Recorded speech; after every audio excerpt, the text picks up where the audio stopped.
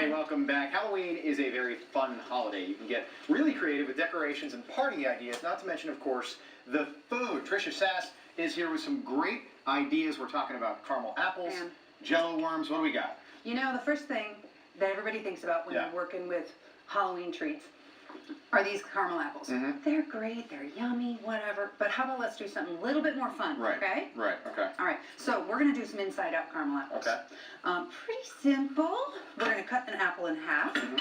We're going to pull out the hard part of the core. Yeah, I never with would have something, thought of this, by the way. you know, and it's a little unique.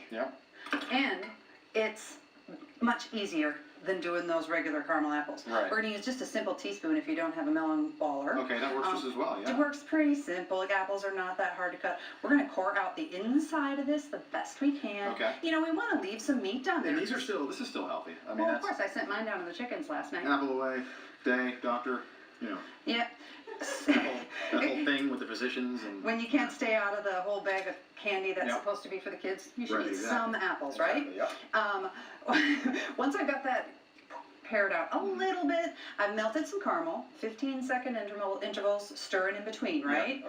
We're going to add a little bit of cream. If you don't add a little bit of cream to this, when the caramel hardens up, it's going to get too hard to cut. Yes, okay. Okay? So you don't want to have that problem because the kids won't enjoy that so much. Right.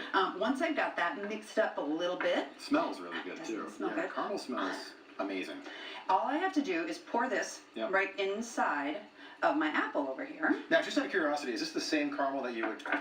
No, actually, I put a little bit of dark chocolate and cinnamon. Oh, I see. Okay, all right. Again, a little bit interesting, a little bit of fun, right? So I'm going to pour some of this caramel right inside my apple. I'm going to let that cool, and I'm going to slice it up. Kids are going to eat it like crazy. So it'll harden in there, and then you can slice it up and... Absolutely. All right. Perfectly. Just let it sit and cool on the counter, cool it in the fridge, whatever you want. Don't get them too cold, though. They're a little hard to slice when they're too cold. Right. All right, the next one we're going to slide down there just a little bit. Yes, I'm following you. We're going to make jello worms. Okay. Now, it's a little bit creepy. You got kids that are grossed out by that stuff. Might not be the one for them. Yes. Now, this is not trick-or-treating stuff, right? This is just around the house. This is for making for your neighborhood kids, kids going home from school, looking for something fun to do. All I've mixed up in here is boiling water, 2 packets of the raspberry jello, 1 little packet of plain old gelatin, just to add a little firmness to it. Give it a little firmness. I had to mix it ahead of time to make it cool off because before we can add a 1/4 cup or a 3/4 cup of cream, we have to let it cool. We can't get that, dump that cream into boiling water. All right. So we're going to dump that cream in there. We're going to put 10 or 15 drops of green food coloring, just to give it that wormy, yucky. Yes. Now we're talking about these guys over here. We're talking about these guys over here. So this is kind of an examination of the finished product here, and these are edible. Absolutely. She pointed them out before the show, and she said, "Yeah, they're real." And I looked at them. I tried to convince them they're real, but it didn't work. They were real. All right, so I'm going to try one of these things. All right, go ahead. All right. I'm going to just pour them into the straws. Ooh, the consistency. Which gives it the worm flavor. I know. Is it grossing you out? It just became my bowl forever. Can't double dip now, folks. Well, that's all right. Are they real worms? They're not. They're better than real worms. Good. I've had real worms. No. And I can't eat these. You keep telling me I can't eat these. You can. I mean, who brings something like that in and I can't eat it? I feel like I'm 7 years old. I know. I'll cut them up later for you. All right. I promise. Okay. I promise. All I'm doing is pouring these into the straws here. Okay. And I just put it in a mason jar, put a little rubber band around it, pull the ends of the straws out so that those little crinkly parts are stretched out. Yeah. And it gives it that creepy worm edge on it. Once I pour this in here, this is going to fill up this whole jar here, and I just put it in the fridge and let it set. That's the edge she's talking about. You want to play with real worm edge? That's what I got to play with. That does look like a real worm edge. I know, right there. doesn't it? I know you're totally talking about. This is what's really fun with the kids. This is what you're going to do with the kids later. Right. They're going to grab the straw, and they're going to squeeze it and pull the worm out like that. That's the best part. I'm glad we hung around for that, Trish. That's all the time we have. Thank you so much. Absolute pleasure. Some great snacks here. Thanks again for your time. Lisa, we're going to send it over to you. I want to do that with all this stuff. Lisa, take it away.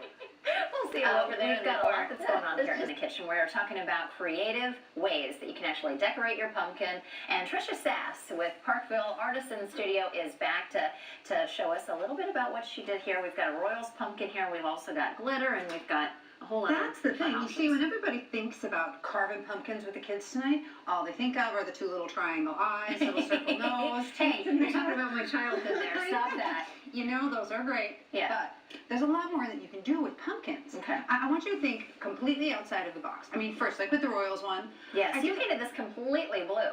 I did. I just painted the whole pumpkin blue and Did you painted use some stuff on it. Did you use acrylic paint or Just did you use acrylic paint, you know, and if you got the little kiddos in there, you can use, you know, something else that's maybe not so upsetting to your clothes. Okay. Because that's the best thing with the little ones. You don't want them taking these knives. No. Or even the little kids ones, you know, they're the little kids cutters, but they still can poke themselves and scratch themselves with it when they're little, because you know how kids are. Yes, right? very true. So get the paint out. Let them play with the paint. Get some cool, fun aluminum wire that's really easy for the kids to bend.